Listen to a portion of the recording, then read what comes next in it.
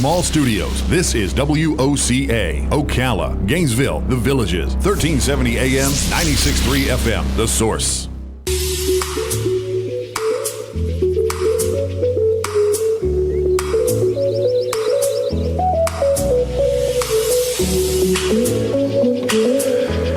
All right, 4 minutes after 11 o'clock. Thank you for tuning in this Thursday morning. Do you know what degrees I have from the university, Robin? Oh, what's that? None. I don't have any. I don't have any degree. Okay. A lot of people are surprised by that. They'll go, "How is it possible that you have no degree?" I'll say, "Well, I didn't go. I didn't do that. I had other ideas of what I wanted to do with my life. I wouldn't tell you not to go to school. I wouldn't tell any young person don't go to college. Yeah. Who am I to decide for them? I think they should decide for themselves. I think the world sometimes pushes us into a direction we think we should go in. And sometimes the world is right, by the way. I don't think the world is always wrong. But you know your own self. You know, I worked in the music business for a long time, and this was back when people tried to get record deals by sending cassettes to producers. And I worked for one of those producers, and he had, I am not making this up, literally had a corner filled with cassettes that had to be listened to. And you know he's not going to be able to listen to all of them, right? Exactly. But the one thing I remember that applies to the conversation we're about to have with our next guest was this. A cassette comes in the mail, and with the cassette is a resume. And the resume gives you this amazing list of credentials of education. And somebody with a master's degree in music, or doctorate in music even, right? Mm-hmm. And then you put the cassette into the machine and you know, okay, this isn't going to sell. And then you have to move on to the next one. And you keep doing it until you get the next, I don't know, name a star who was like a child prodigy. You just put the tape in and they go, oh my gosh, this guy's good, right? And right. And all they did was sit with the guitar and they sang and you know, they've got it. Now that applies to music. It may not apply to everything. Mm-hmm. Obviously you would need a college education for something like being a doctor. Mitch Pearlstein is on the phone. He's the founder and senior fellow with the Center for the American Experiment and a best-selling author. His book is called Education Roads Less Traveled, Solving America's Fixation on Four-Year Degrees. I don't know if anything I just said is something he agrees with or not, but I'm just telling you my little 2 cents so I could find a way into this conversation. Mitch Pearlstein. Good morning, Mitch. Good morning, Larry. Good to talk. It's an honor to have you. Where are you?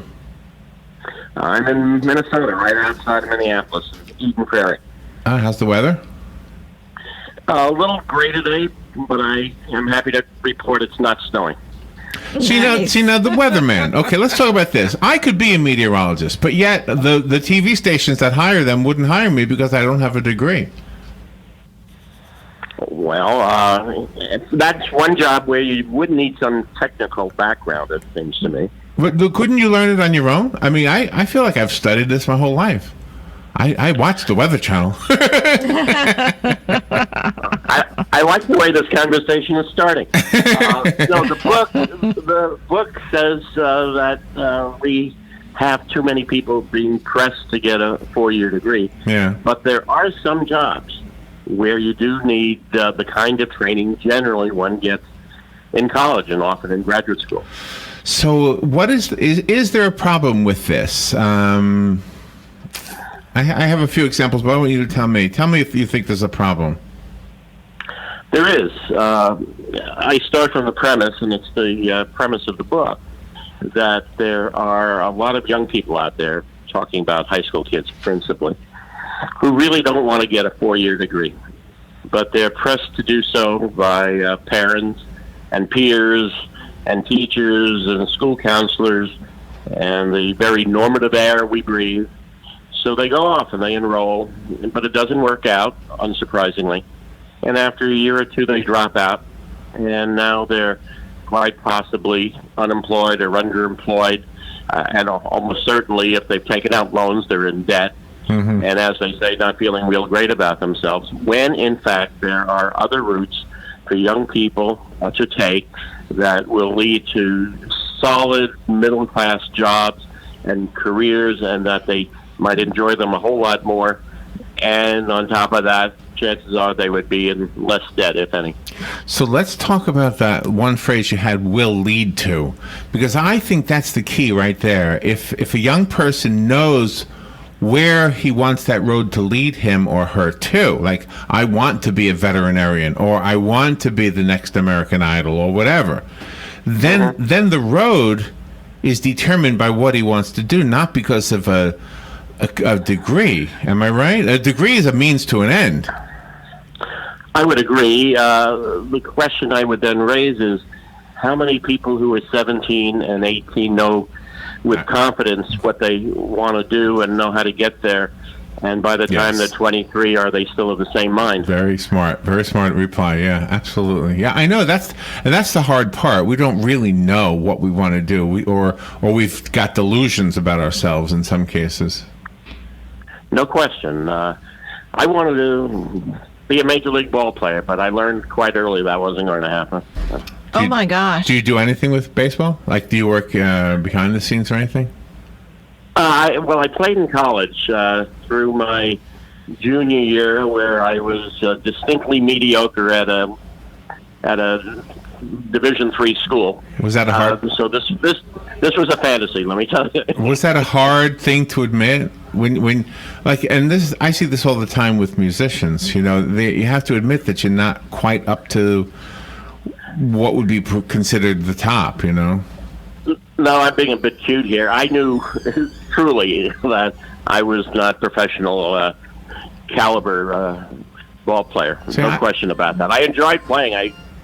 I pitched, and I was a grand total of 5'8.5", about 175 pounds. And I got to admit, I love striking out big guys. I have a cousin who was dreaming about being on the Dodgers, I believe. So much so that he went to be very successful in the business world and paid to do one of those fantasy camps. But but I often think that, you know, when we say we can do anything we want to do, we can still do it. You just may not get paid for it. You know, one of my claims to fame, I'm 70, and I grew up in New York, and I was in New York when the Dodgers were still there, and I'm proud to say I saw Sandy Koufax pitch at Ebbets Field, and I saw Ernie Banks hit a home run that game. Nice. Well, you might have been sitting next to my cousin, because everything you just said sounds like him. Yeah. Oh, that had nothing to do with the book, but it's a great story. We've got a really wonderful educational community here. They do encourage dual enrollment to the college, but also they did create a few years ago a technical school. It's still the high school. You still go there for your a real high school diploma, but you're into things with your hands. You're into auto repair. You're into air conditioning units, things like that. Without question, there are various programs. We backed away too much in this country from what was called vocational education. It's improved now. Career and technical education is a better way of describing it. There are different programs, but the whole question of working with one's hands, to me, is central. And as I say in the dedication of the book, it's dedicated to people who do remarkable things with their hands, repairing things, designing things, fixing things, when in fact the only things I do with my hands are eat and type. So I made certain to do a fair amount of reading about working with one's hands. And it wasn't any surprise to me whatsoever that there can be great satisfaction in being a tradesman. One of the books I read was about a guy who graduated the University of Pennsylvania and decided to be a furniture maker. It drove his father crazy, but he's very happy. One of the best things I read for this, and really inspired me along, was a book about how there's this chap, Shop Class of Soulcraft by Matthew Crawford. Here's a guy who runs and owns a high-end motorcycle repair shop in Virginia, and he's very much hands-on. He fixes these machines, and he also has a PhD in political philosophy from the University of Chicago. It's a nice combination. And he writes with this wonderful edge. And one of the points he makes, I'm paraphrasing now, is that it takes often, frequently, a lot more intellectual and cognitive firepower to figure out what's wrong with an engine and then fix it than it does to perform any number of jobs in a cubicle. And there's no question about that. Yeah, it makes a lot of sense to me too. And you had said something interesting about his dad, not wanting him to go this route. And when you get that kind of pressure from your parents, you kind of have this high anxiety, and then you lose your self-confidence about what you really want to do. Could be. In this instance, I'm trying to think back. Yeah, he had his doubts about whether or not he would be good enough to be a carpenter, especially since his background had hardly anything to do with that. And more than a carpenter, a furniture designer. And it worked out great, and he too wrote a book. So one of the things that we're told when we were in high school is that's a great idea for a job, but you're going to need something that makes money, and so that helps steer us toward a degree, because there are certain jobs you won't get unless you get a degree, but you may not even want that job. As we said earlier, we don't even know what we want all the time. I mean, not even close. Sometimes it takes a while. But at the same time, is just not to be the devil's advocate, but to be the devil's advocate. Do you think you should err on the side of caution and say, well, let me get the degree just in case, just in case nothing else happens? It depends upon what kind of degree we're talking about. If we're talking about a bachelor's degree, only about a third, maybe 35% of Americans, young Americans, get BAs to begin with. No, I wouldn't urge anyone to get a BA if they really didn't want to do it. What I would urge is that everybody gets some kind of post-secondary training. A 2-year degree, often a more technical one, which will be useful in the job market. A 1-year certificate, a 2-year certificate, an apprenticeship, training in the military can be great.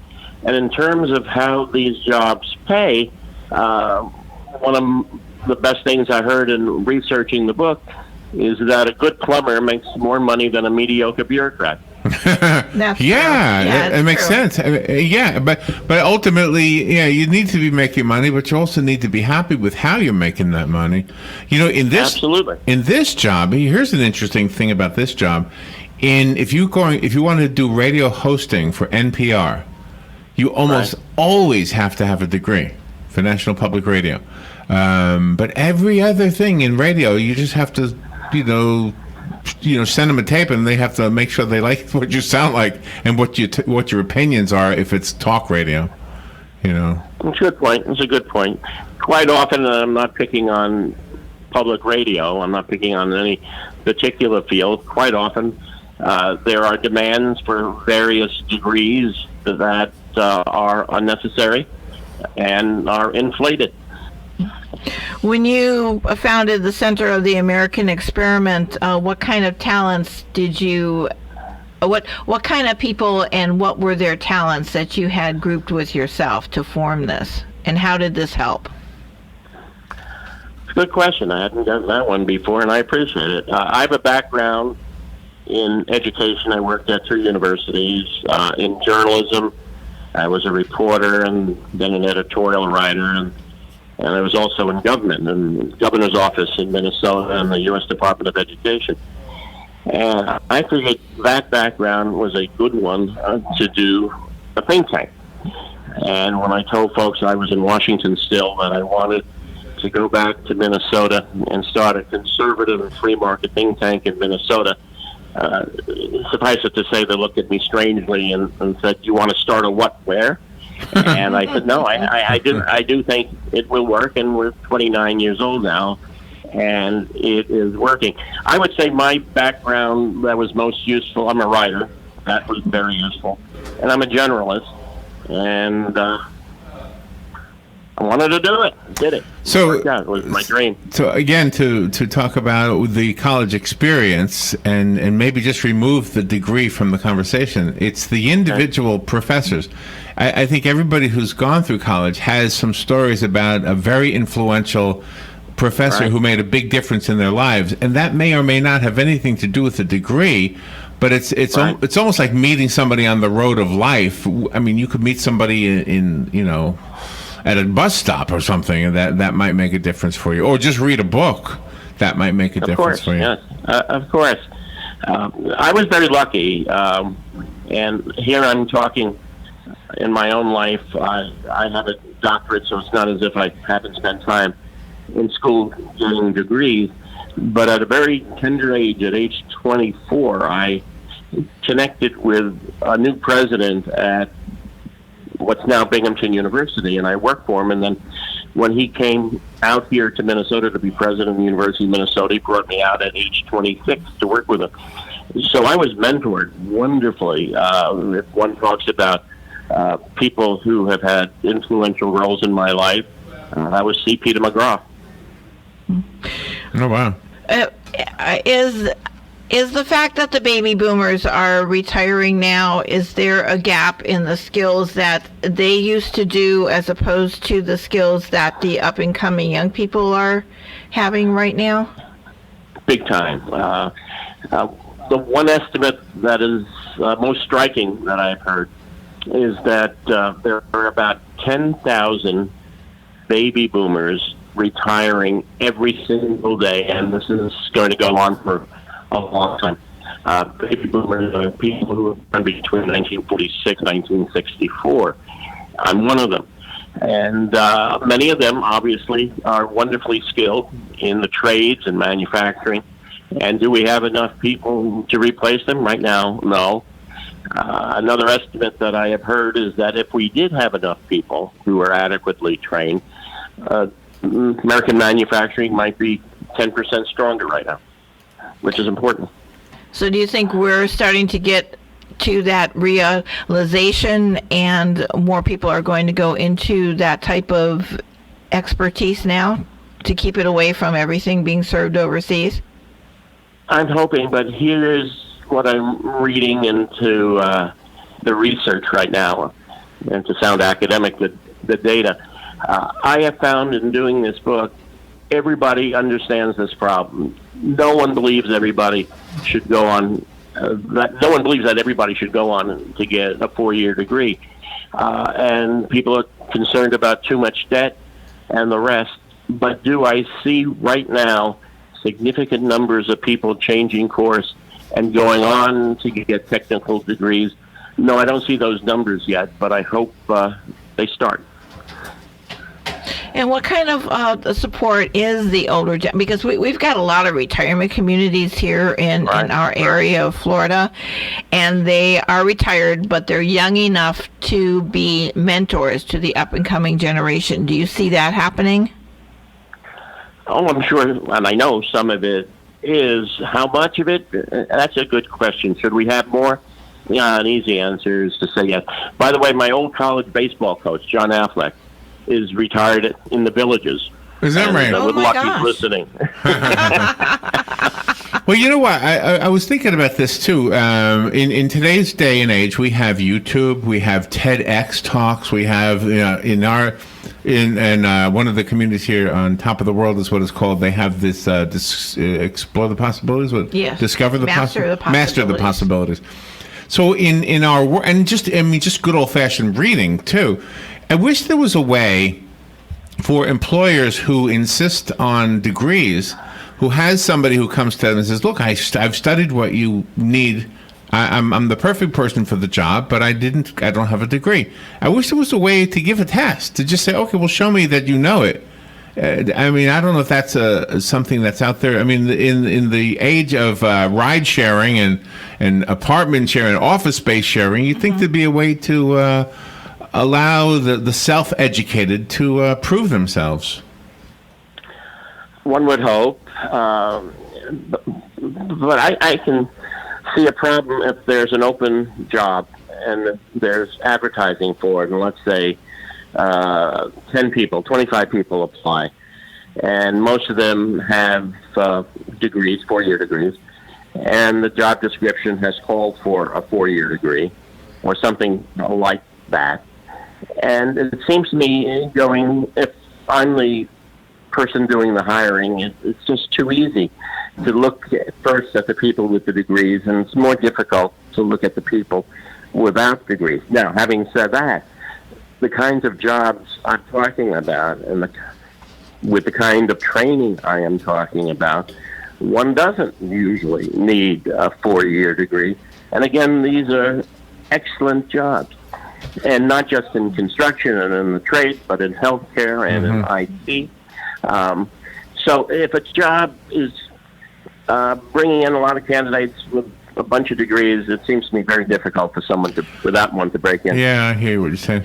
The talk that you hear from some political candidates is to have free college for everyone. Yeah. And I have a thought about that. We have some programs in our community where I think the nursing program has this, where they'll pay for your school as long as you promise that you're going to work for them for 2 years. So there's a little bit of, here's the gift as long as you give to us 2 years, right? Yeah, our community. I think that should be the same thing. I mean, I'm not necessarily in favor of taxpayer-funded college, but if we ever go that way, I think there should be something that's expected in return.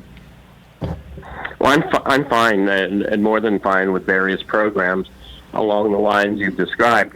But if you're talking about what some people are now talking about, truly or almost truly free college with loan forgiveness across the board, no, I do not support that. Yeah. And that doesn't help teach the value of saving, the value of a true education, the value of giving back if that step is taken. There's certainly that risk. I start from the premise that one is talking about college debt, and people are talking a lot about college debt. And the average person coming out with a 4-year degree who has loans will have upwards of about $30,000 in loans on average. And that's a significant amount of money. At the same time, Ford Fusion, I don't know if they're still making them, will cost someplace between $20,000 and $30,000. And if you don't value your education to the same degree you would value a modest Ford, I think there's something wrong. That's a huge, impactful point you just made. I want to ask about the application of the book. The book is called Education Roads Less Traveled. Do you apply this, like, do you sit down with your 11th grade son and say, look, we need to make a decision about college. Let's talk about what this book has to say. Is that would that be a way to persuade your child to make a better decision regarding college or not college? Well, you're exciting me. If every parent of an 11th grade kid buys the book, this is good news. Certainly, the book is. Whenever I do some writing, people ask, "Well, who's the audience?" And the easy but on-target answer for me is interested readers. And in this instance, would parents, would kids be an interested reader? Absolutely, and I would hope that they would take a look. I would also hope that people in government, people in journalism, people in the foundation world, people in business also take a look. And I don't think there really is that divide anymore between male and female. I think each person and they've all got their own set of passions and career goals that they want to have. There are more women at the undergraduate level, more women at the graduate level, more women in medical school and the like than there are young men right now. And that's pretty encouraging, and that seems to be contradicting things that are put out there in the news. Well, this is a trend of pretty long-standing right now. And girls, by every measure you can think of, not just educationally, but mental health, and you go down the line, girls are doing better than boys in this country right now. That's excellent. I love that. I love your perspective. Robin loves it. Education Roads Less Traveled is the book. I found it on Amazon. And do you have a Mitch Perlstein? Do you have a website you can direct us to? Sure. You go to, well, if you're interested in buying the book, that would be wonderful. The easiest place would simply be to go to Amazon Books. And for Center of the American Experiment, it's americanexperiment.org. Okay, I love that. AmericanExperiment.org. Thank you, Mitch. Thank you for being on the show with us today. Great pleasure. Thank you so much. All right, we'll be right back.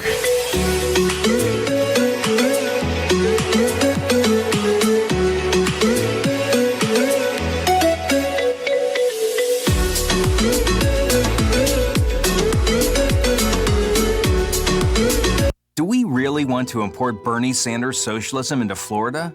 That's exactly what two bills in the Florida legislature would do. These bills replace some American prescription drugs in Florida with imported drugs from foreign countries that have socialized medicine and price controls. That's risky for Florida patients. Shifting Florida's drug supply to these foreign countries would also import their socialist policies like price controls. Price controls have always resulted in shortages, and they destroy innovation. Over time, price controls will cripple new American treatments for diseases like MS and cancer. And while Americans might believe they were buying their drugs from places like Canada, Canadian socialized medicine doesn't provide enough drugs for export. This risky scheme means Florida's drugs would actually come from countries like China and India. Florida should resist socialist price controls and reject House Bill 19 and Senate Bill 1528, paid for by Americans for Tax Reform. Broadcasting from the Paddock Mall Studios, this is WOCA, Ocala, Gainesville, The Villages, 1370 AM, 96.3 FM, The Source. Fox News. I'm Lillian Wu. On the same day he launches his presidential bid, former Vice President Joe Biden kicks off the fundraising in Philadelphia. At the house of a Comcast executive, the New York Times calculates that Biden is going to need to raise $100,000 every day between now and Christmas just to have as much money as Bernie Sanders has in the bank right now. Fox's Peter Ducey. President Trump dubbing Biden Sleepy Joe, tweeting, I only hope you have the intelligence long in doubt to wage a successful primary campaign. He continued, it will be nasty. You will be dealing with people who truly have some very sick and demented ideas. But if you make it, I will see you at the starting gate. Fox's John Decker. And after a historic summit in Russia, President Vladimir Putin says North Korea is willing to give up nuclear weapons if Kim Jong-un gets an ironclad guarantee of security beforehand. This is Fox News. Electrical pros do it right to get everything in one stop, so you spend more time on the job than away from it, and spend less money too. Lowe's is here to help by having the right quantities and at the right prices, like 250-foot and 1,000-foot rolls of 12-2 and 14-2 Southwire Romex Simple wire now 5% off. Plus, save an additional 5% just by using your Lowe's business credit account. Do it right for less. Start with Lowe's. Offer valid 4/24 through 4/26 while supplies last. Subject to credit approval. Can't be combined with other credit offers. Exclusions apply. See store for details. U.S. only. With Amazon Music, a voice is all you need. Yeah, you've been acting so conspicuous. You